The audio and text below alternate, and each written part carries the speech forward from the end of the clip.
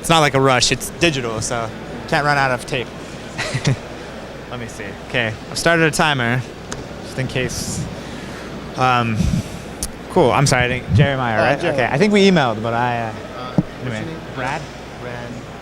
I don't know if you talked to me or to Chad. I can't remember. I mean, in the emails that I remember about this, I talked to Chad. Oh yeah, that's true. Okay, I guess we've never met, but hi, I'm Brad. Nice to meet you, Brad. Nice to meet you too. What's your favorite game? I'm gonna say Settlers of Catan because I'm a loser, but That's a fantastic game. no, I really like it. Yeah. But right now I'm really digging Eminent Domain and Summoner Wars are two ones that I like to play quite a bit. Cool. So yeah, I guess I'll just start it out. Right. Awesome. So hi everybody. I'm here with Jeremiah from Cambridge Games.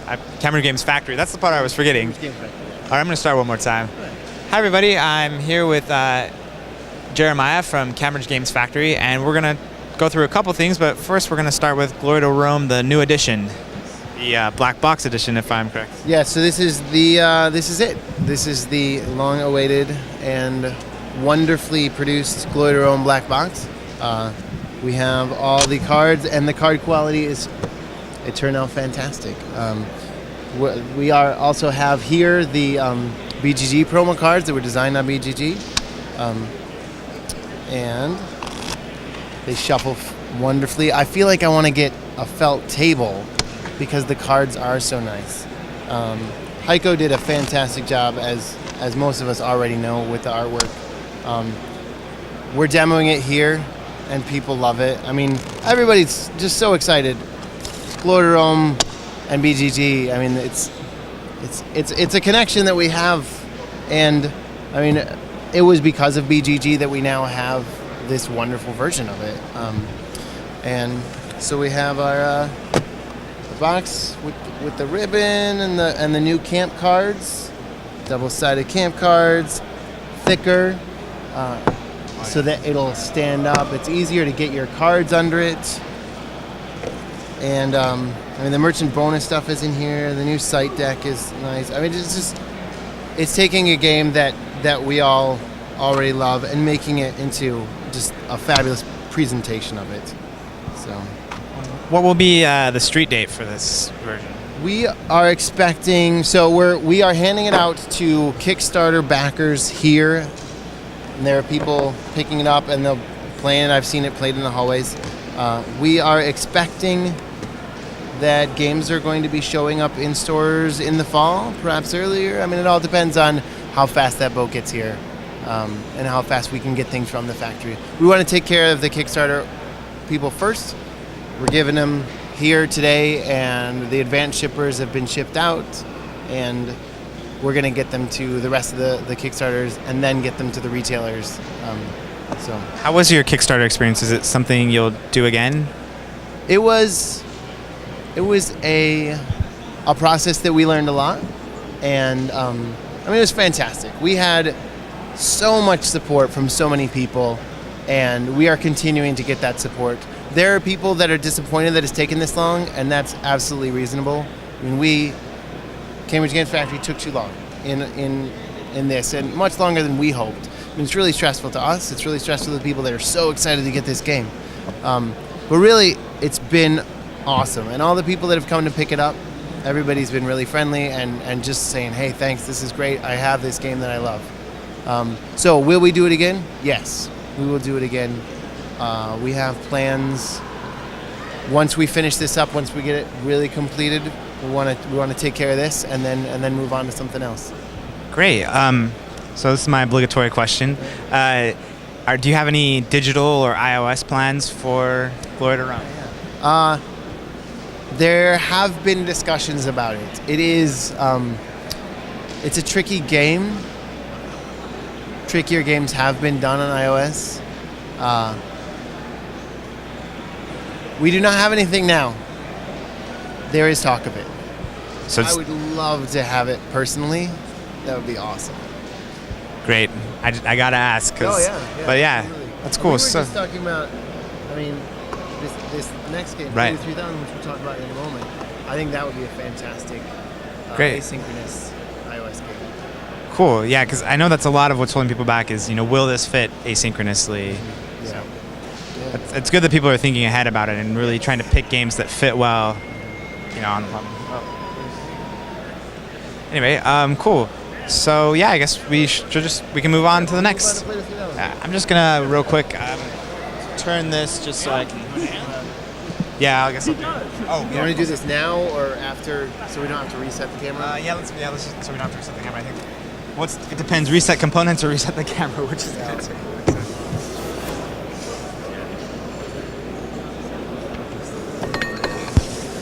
Test, just making sure it's actually picking us up.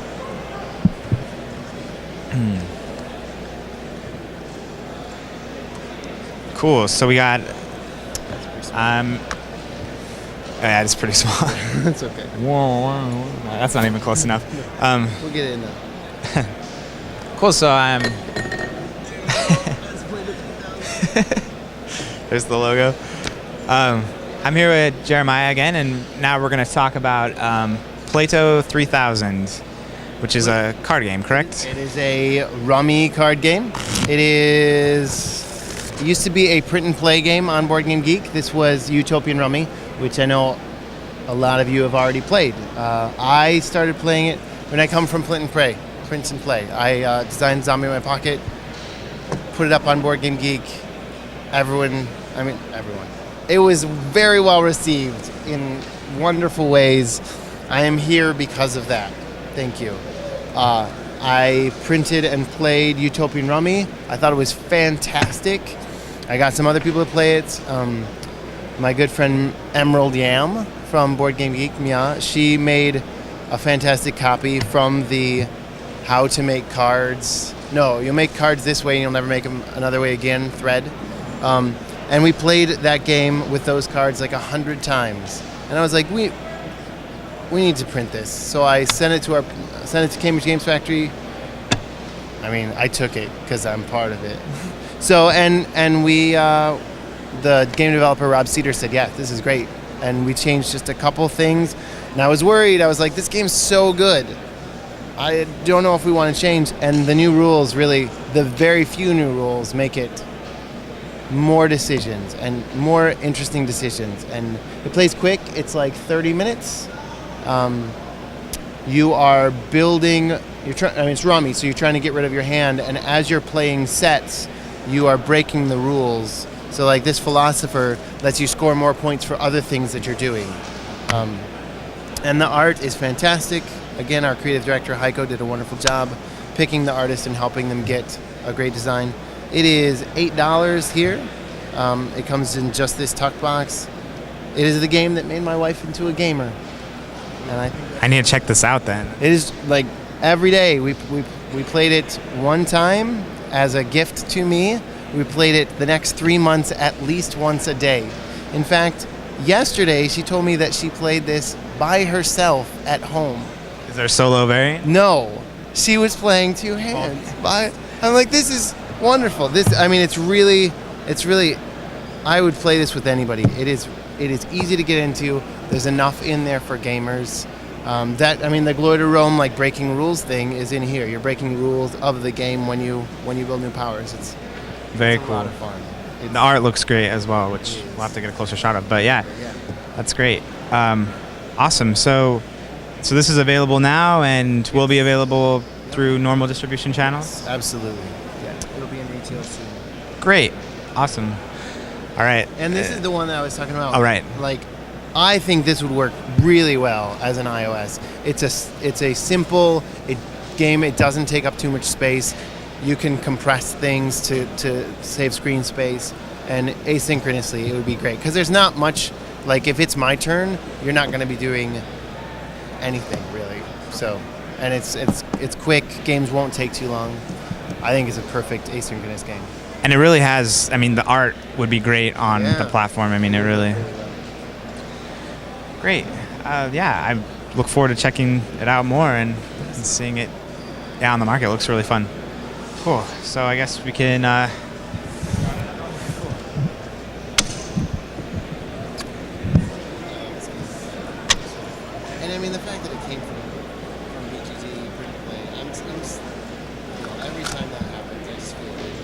I mean, like, really, I'm here because of it.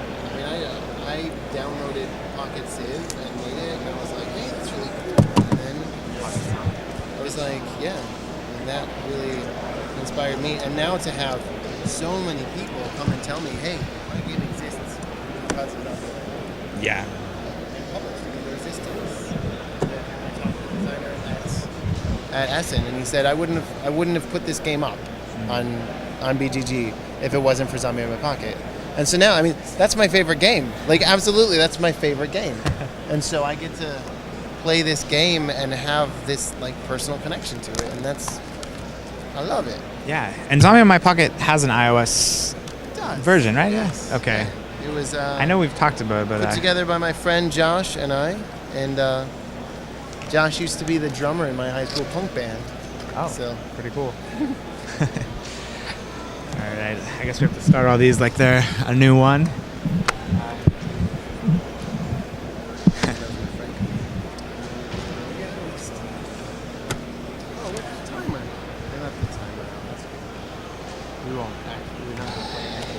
Yeah.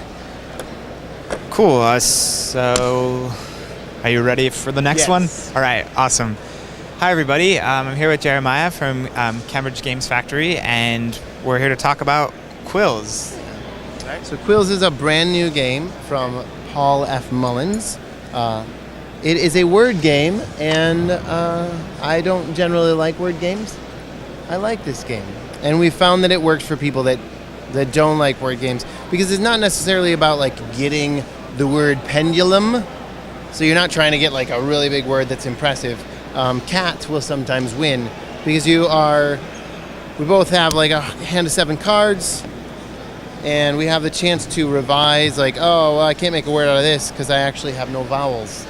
So I lay down a couple cards, I draw from the draw pile, and then I'm starting to build a word. And once one of us finishes a word, sure, this is a word, I lay it down, I flip over the timer, which I forgot to bring, and everybody else has until that timer runs out to finish up their word. So I can push quickly to make whatever word I can in order to put the time pressure on other people, or I can take the risk of trying to go longer in order to get a better word that might score more points. What happens is, let's say Gasny is a word, Gasny. You want to try to get the same colors at the end of your word, because that's going to give you a bonus in the scoring. So if I have the most, like Quills here, ends in blue and orange, you get no bonus for that. I have 2 of the same color. This one happens to be both colors.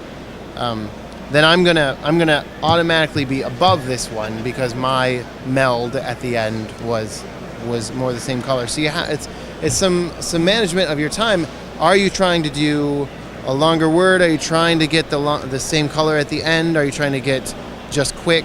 So there's a few more options to think about instead of just like trying to go for that really impressive word.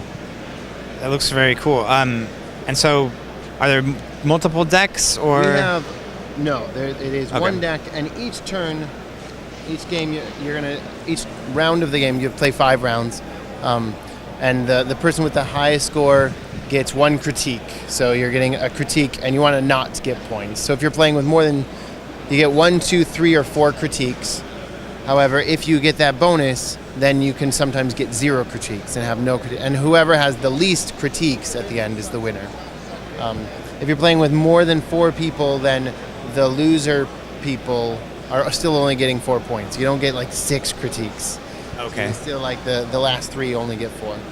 You take all the cards, you deal out 7, you do that, and then we reshuffle them all so that you have the right distribution of English language letters.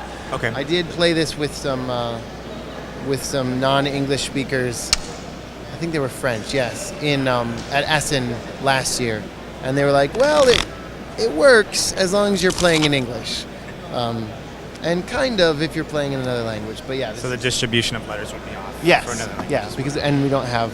Yeah, we need a lot more consonants if we're going with that. So yeah. Great. Yeah, it looks really good. It looks like something that also, would be great to see even on a digital platform eventually. Word games are fairly popular there. But yeah, it looks like a really fun card game that can be enjoyed by gamers on a certain level, but also introduced to, just casual players. Very much a family game. I had a prototype copy, and I gave it to a friend who's getting married today, and he and his family just love it. I mean, they've played it more than I have, and it's $13. It's available here right now, and it will be in retail at the same time. I mean, sending it out. So great.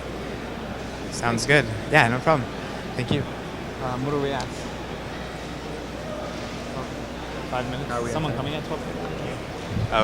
Oh, we got 5 minutes. Okay, let's do 2 together. 2 together? Okay. Awesome.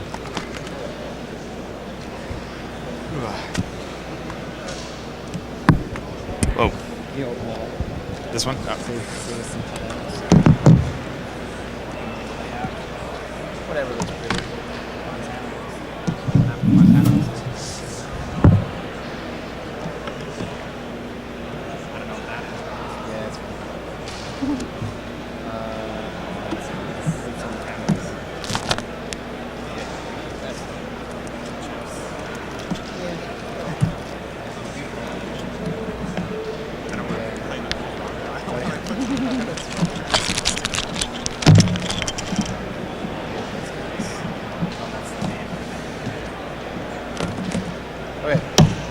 Talk about Montana first. Okay.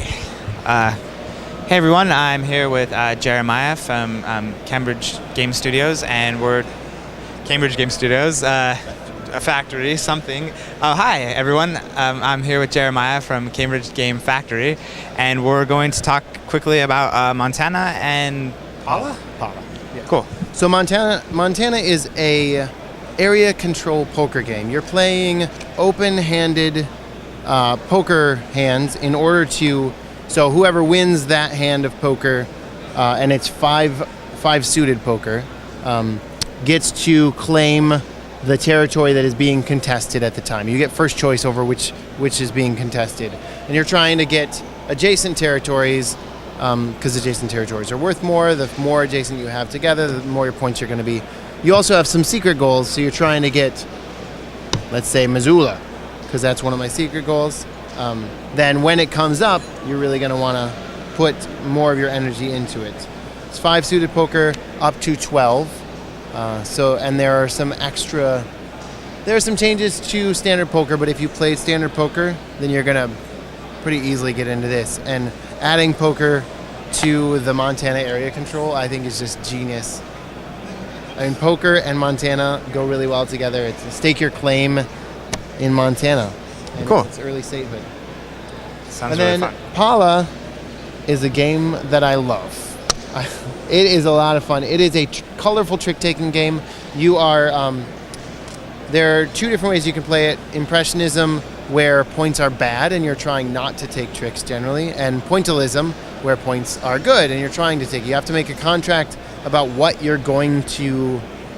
kinds of tricks you're going to take. If you don't take that and possibly more, you get nothing. And it's really hard. When we played at Essen, I played it like probably 20 times. I think I won 1 round. Not 1 game, but 1 round.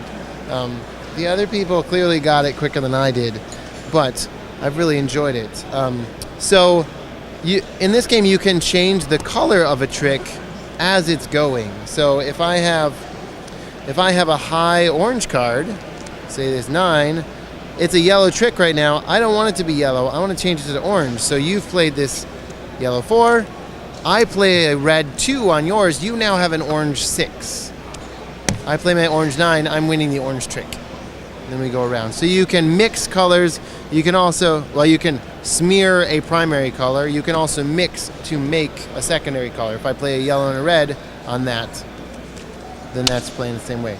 This game is $13, and I have demoed it for families. I've demoed it for gamer groups, and we've really had great reception.